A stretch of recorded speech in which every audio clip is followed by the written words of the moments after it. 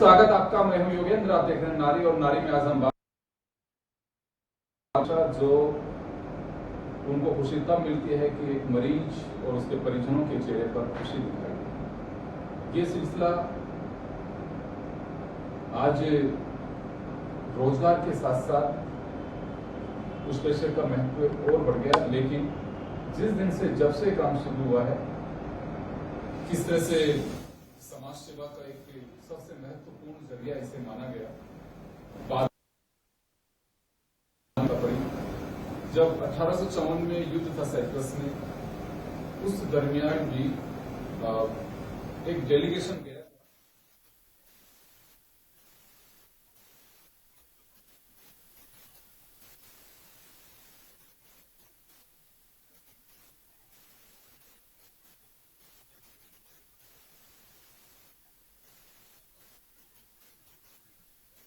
और तब उन्होंने बखूबी इस नोबेल पेशे को बड़ी निष्ठा के साथ में निभाया। तब से तो विश्वव्यापी एक बड़ी पहचान भी मिली। 12 मई जिस दिन फ्लोरेंस नाइटिंगेल जिनका जन्म हुआ और उनसे इस नर्सेज का काफ़ी महत्व रहा, उन्होंने अपना पूरा समर्पण उनका जो था इस पेशे के प्रति, उनकी याद में दिन मनाया जाने लगा। और जाता है केवल एक मुल्क में नहीं। आज भी हमारे साथ जो नर्सेज हैं उनसे हम चर्चा करेंगे और जानेंगे कि इस नोबेल पेशे को वो कैसे जीती हैं। मैं जीना इस वजह से कहता हूं कि नौकरी कोई भी कर सकता है, लेकिन कुछ पेशे ऐसे होते हैं कि वास्तव में उन्हें जिया जाता है। तो आज उसी को लेकर हम चर्चा करेंगे। हमारे साथ हमारे अतिथि मौजूद हैं। हमारे साथ मालती शर्मा जी हैं, हमारे साथ डिम्पल जी हैं, डिम्पल रानी, और रीना पांडे जी हमारे साथ में हैं, और सिंधु वर्गीस जी हमारे साथ जुड़ रहे हैं। सभी का स्वागत है। मैं मालती मैम आपके पास में आना चाहूँगा। मैं ये एक ऐसा पेशा है कि कहा जाता है कि बड़ा ही नोबल पेशा है, और ये भी बात अक्सर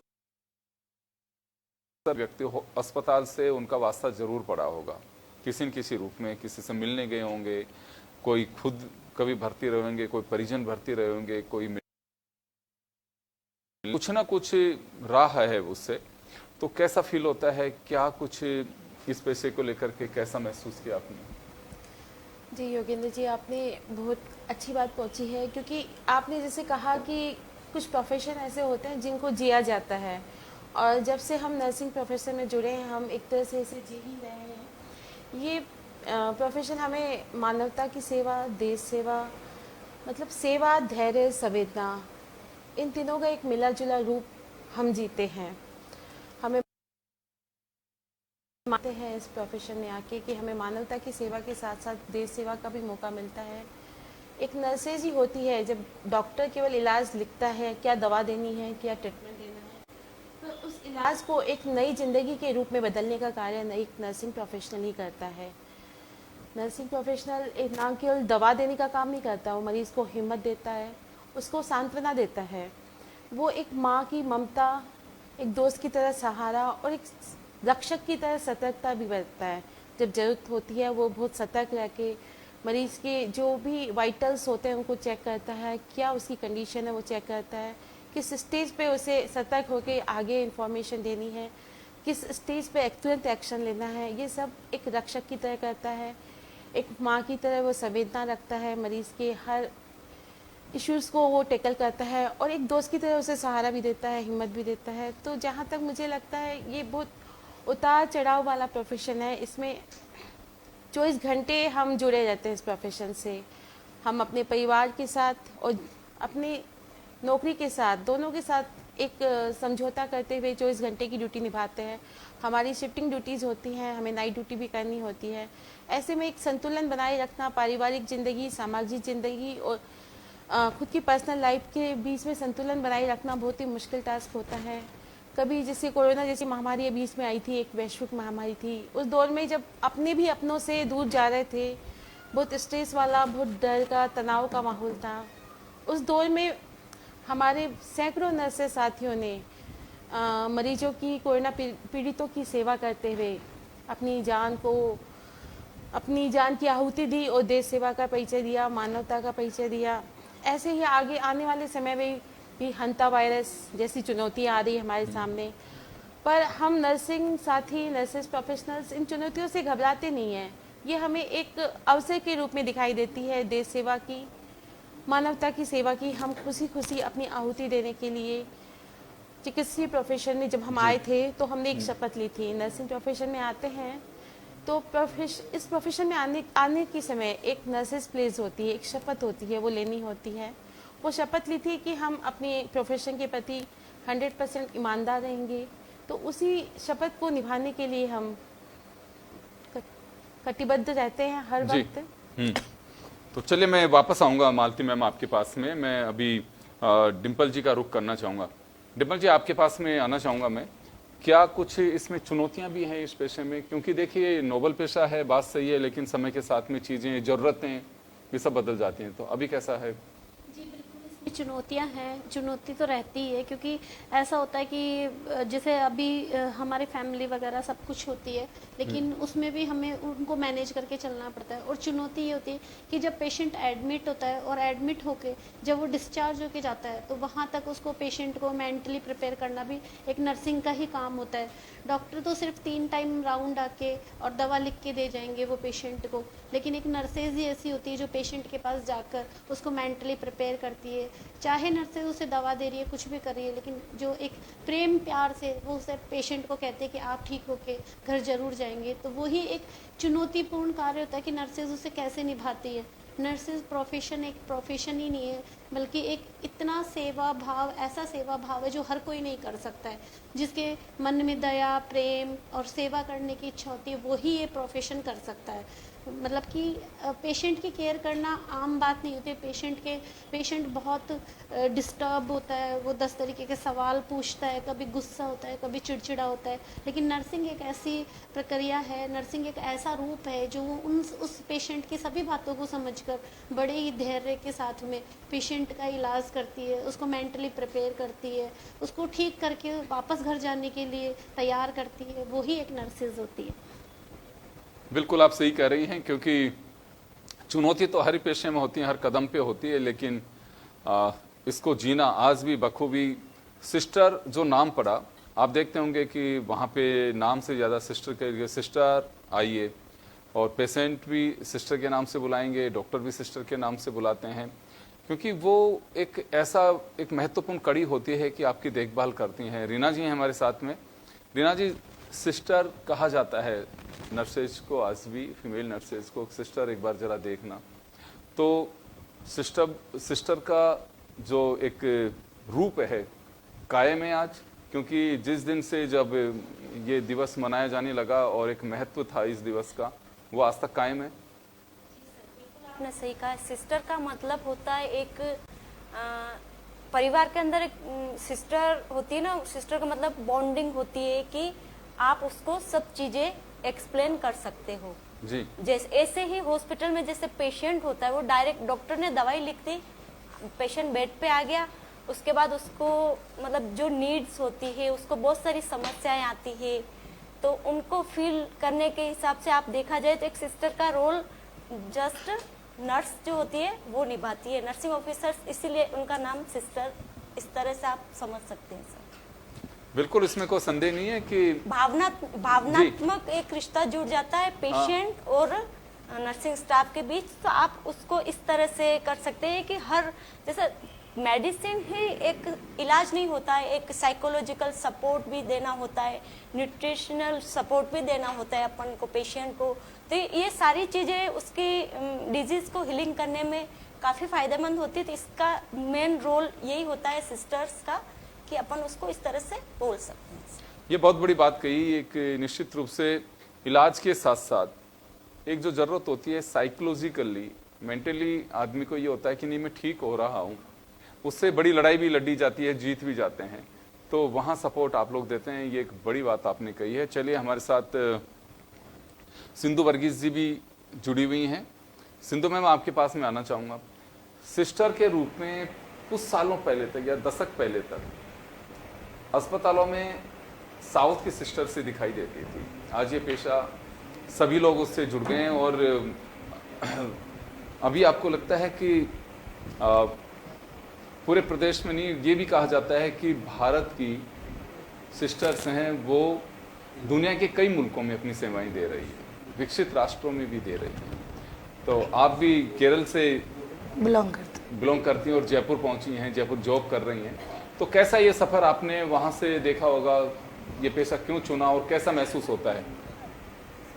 मानवता की जो सच्ची सेवा है वो जी शुरू से ही नर्सिंग जो है वो केरला की जो महिलाएं हैं वो थोड़ी एजुकेशन ओरिएंटेड है, प्लस ये है कि उनके अंदर सेवा की भावना बहुत ज़्यादा है और अपने जो प्रोफेशन को पूरी तरीके से डेडिकेशन से करना, उनको बहुत ही एक एक चीज़ को, प्रोसीजर को कैसे करना, प्रोफेशन को कैसे चलाना, उन्होंने शुरू से अपने हर एक कार्य को ढंग से करना उन्होंने सीखा है।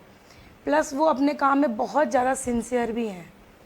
और मेरा तो ये है कि मैं यहीं बोनाफाइड हूँ और शुरू से ही यहीं पे पली बड़ी हूँ, लेकिन मेरी मदर भी नर्सिंग प्रोफेशन में थी और मेरे सारी फैमिलीज़ में काफ़ी लोग हैं जो नर्सिंग प्रोफेशन से जुड़े हुए हैं।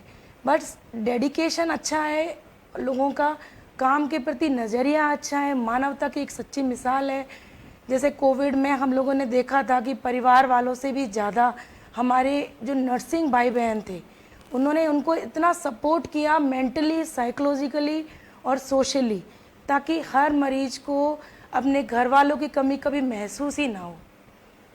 और एक बहन बन के, एक भाई बन के हमारे जो नर्सिंग के ब्रदर्स हैं और सिस्टर्स हैं एक दूसरे की इतनी सेवा करते हैं और उनका ध्यान रखते हैं, उनके खाने का ध्यान रखते हैं, बेड केयर करते हैं, स्पंज केयर करते हैं, सारी चीज़ें हमारे जो नर्सिंग प्रोफेशन से जुड़ी हुई हैं।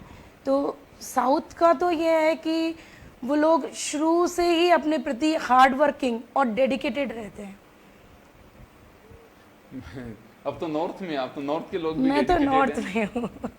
तो यहाँ के भी लोग डेडिकेटेड हैं पूरी तरह से। अभी डेडिकेटेड जब आपने शुरू में देखा होगा तो मैक्सिमम अस्पतालों में इनमें केरल से सिस्टर्स ज्यादा देखे वो एक्चुअली पहले थोड़ा सा वो वहाँ पे एजुकेशन थी अच्छी, तो बेटर जॉब कैरियर अपॉर्चुनिटी थी, सैलरी अच्छी मिलती है, तो लोगों ने सोचा कि चलो कर लिया जाए। फिर उन्होंने अपना लिया और फिर उन्होंने धीरे धीरे उस प्रोफेशन में आने लगे। एक परिवार में एक जना आया तो वो सबको लेके आ गया उस नाते। अब कैसा लगता है? बढ़िया, अच्छा लगता है, बहुत ही बढ़िया। लोग परिवार में हमें जानते हैं कि हमारे परिवार में मेडिकल से कितने लोग हैं, सेवा करियर। तो कुछ चैलेंजेस हैं मैम इसमें?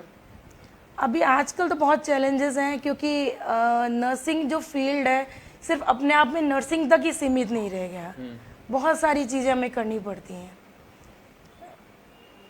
चैलेंजेस हैं। और करियर, जैसे कि पहले तो क्या था कि सिर्फ हमें पेशेंट की केयर करनी थी, अभी हमें काफ़ी चीज़ें देखनी पड़ती हैं। ऑनलाइन डाटाज भी आ गए हैं आजकल, एंट्रीज भी आ गई हैं, प्लस जो अपना हमारा प्रमाइसिस है वो भी हमें देखना है, सारी चीज़ें। मैनेजिंग टाइप का रोल आ गया है इसमें कि हमें हॉस्पिटल एक मैनेजर के रूप में भी काम करना पड़ रहा है। नर्स का रोल है ना सीमित नहीं रह गया है जी, यानी कि अभी दूर दराज तक भी जाना पड़ रहा है, सारी चीज़ें हमें देखनी पड़ती है, हेड टू फुट पूरा देखना पड़ता है। चलिए रीना जी, आपके पास में आना चाहूँगा मैं। चुनौतियाँ सभी जगह पे हैं, इस पेशे में भी हैं, लेकिन फिर भी आप लोगों की सेवाएं कायम हैं। कई बार ऐसा भी होता है क्योंकि पेशेंट को भी देखो, इधर से भी चीज़ें सारी, तो इरिटेट भी होते हैं कभी आप लोग?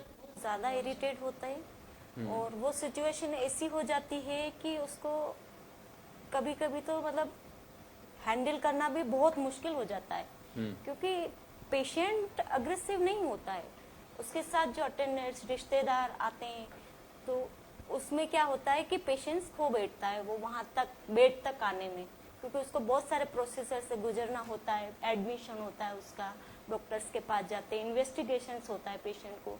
तो कोई भी इंसान हो, अपन भी क्यों नहीं हो, अगर इतने सारे प्रोसेसर से गुजरते हुए अपन वहाँ तक जाते तो वहाँ कौन मिलता है? हम सिस्टर्स मिलती है। तो कहीं न कहीं मैनेज करना पड़ता है सारा, तो उनको समझाना पड़ता है, अग्रेसिव नहीं होना है, थोड़ा पेशेंस रखना है, थोड़ी देर बाद वो कूल हो जाते हैं, फिर अपना नॉर्मल जो होता है। कई बार ऐसे भी पेशेंट होते हैं कि जिनके साथ कोई नहीं होता है, वो केवल आपके भरोसे हैं और आप उनके भरोसे हैं। जी सर, आते हैं ऐसे पेशेंट की, इसके लिए कुछ स्पेशल व्यवस्थाएं होती है, एनजीओ वगैरह होते हैं सर, तो देते हैं उनके अपनी सेवाएं? हाँ देते हैं सर, उनको कॉल करके फिर हम उनके अंडर में मतलब पेशेंट को करके फिर हमारे हॉस्पिटल में उसका इलाज करते हैं सर, क्योंकि पूरा डिपेंडेंट अपन उसको अकेला नहीं छोड़ सकते ना, कभी भी प्रॉब्लम हो सकती है, उसको खाने की भी नीड्स हो सकती है, बहुत सारी चीजें होती है जो बेड पे अगर है उसके साथ अटेंडर होना बहुत जरूरी होता है। लीगली ये मतलब रूल्स होता है कि आपको अटेंडर होने है, तो अब ऐसे केस में फिर हम एनजीओ को कॉल करते हैं, फिर वो आ जाते हैं, वो अपना एक परिवार की तरह उसको ट्रीट करते हैं सर। काफी चुनौतियां होती है सर, कोई सा भी फील्ड ले लो इसमें। और ऐसा भी होता है कि जैसे फीमेल बैठी है वहाँ चेयर पे सामने और 4-5 जिस तरह से गैदरिंग होती है तो सोचते फीमेल है, लड़ लो थोड़ा बहुत, अपना निकाल लेते हैं जो उनके अंदर होता है पेशेंट्स को। तो वो सिचुएशन हैंडल करनी होती है और करते हैं सर। और हमारे को तो इन चीजों से मतलब मैं आपको एक बात बताऊं सर, कि जैसे डॉक्टर्स होते हैं तो ऐसे बोला गया कि वो हार्ट है हॉस्पिटल का, तो नर्सेस के लिए मैं ये कहना चाहती हूँ कि वो बैकबोन होती है एक तरह से। आप समझते हो बैकबोन होती है तो उसको सारा सब कुछ उस हिसाब से मैनेज करना। इसमें कोई संदेह नहीं है। हाँ जी सर, मैं इस बात से आपकी से सहमत हूँ और निश्चित रूप से कि बहुत बड़ी बैकबोन होती है। मैं तो कहूँगा कि एक आधारभूत स्ट्रक्चर का काफी महत्वपूर्ण रोल प्ले करते हैं आप लोग। इवन सर कोविड काल में भी हम लोगों ने ऐसे पेशेंट्स की, मेरी आयुष में ड्यूटी है सर, वहाँ पे हमने ऐसे ऐसे पेशेंटों को हैंडल करा था जिनका मतलब सब कुछ होते हुए मतलब भी उनको अकेला छोड़ के लोग जी, उनके अपने नहीं थे लेकिन आप लोग हाँ, थे। होने के बाद भी वो लोग छोड़ गए कि भाई हम इनसे दूर रहेंगे, क्योंकि कोविड था ही ऐसा उस टाइम सर, सबको अपनी जान बचाने की पड़ी थी। और हमने तो वो मंजर देखा है सर कि मतलब जितना डेंजरस वो देख सकता है इंसान, तो उस चीजों से गुजरे हैं। तो हम सोचते हैं कोई नहीं, चलो कभी कभी हो जाता है, गुस्सा होते हैं पेशेंट, हैंडल करना होता है। जी चलिए डिम्पल जी, आपके पास मैं आना चाहूंगा। चुनौतियों से आपने शुरू किया था कि चुनौतियां तो हर पेशे में हैं। कभी कभी आपके साथियों को खुद को ऐसा महसूस हुआ कि कहाँ फंस गए हम, या ये रहता है कि नहीं चलिए हमें सेवा के लिए भगवान ने भेजा है? नहीं, ऐसा नहीं है, क्योंकि जब अगर कोई नर्सिंग प्रोफेशन को चुनता है तो वो पहले से ही उसके बारे में जानता है कि उसमें क्या क्या चुनौतियाँ होगी, क्या क्या करना पड़ेगा, क्या क्या नहीं करना पड़ेगा। और ऐसा कुछ नहीं है कि कहाँ फंस गए या ऐसा कुछ नहीं है। जैसे जैसे अगर मैं अपना पर्सनल एक्सपीरियंस शेयर करना चाहूँ तो मैं ये कहना चाहूँगी कि जब मेरी मदर भी इसी में प्रोफेशन में थी और काफ़ी साल तक उन्होंने 39 इयर्स तक वर्क किया है। वो हमेशा मुझे यही सिखाती थी कि ये ना पेशेंट से आराम से, मतलब उनका इतना प्रेम था ना, तो कभी कभी मैं कह देती थी सारे दिन पेशेंट, आप मुझे तो टाइम देती नहीं हो। लेकिन उन्होंने मुझे सिखाया, समझाया, पर एक वक्त था तब मुझे समझ में नहीं आया था।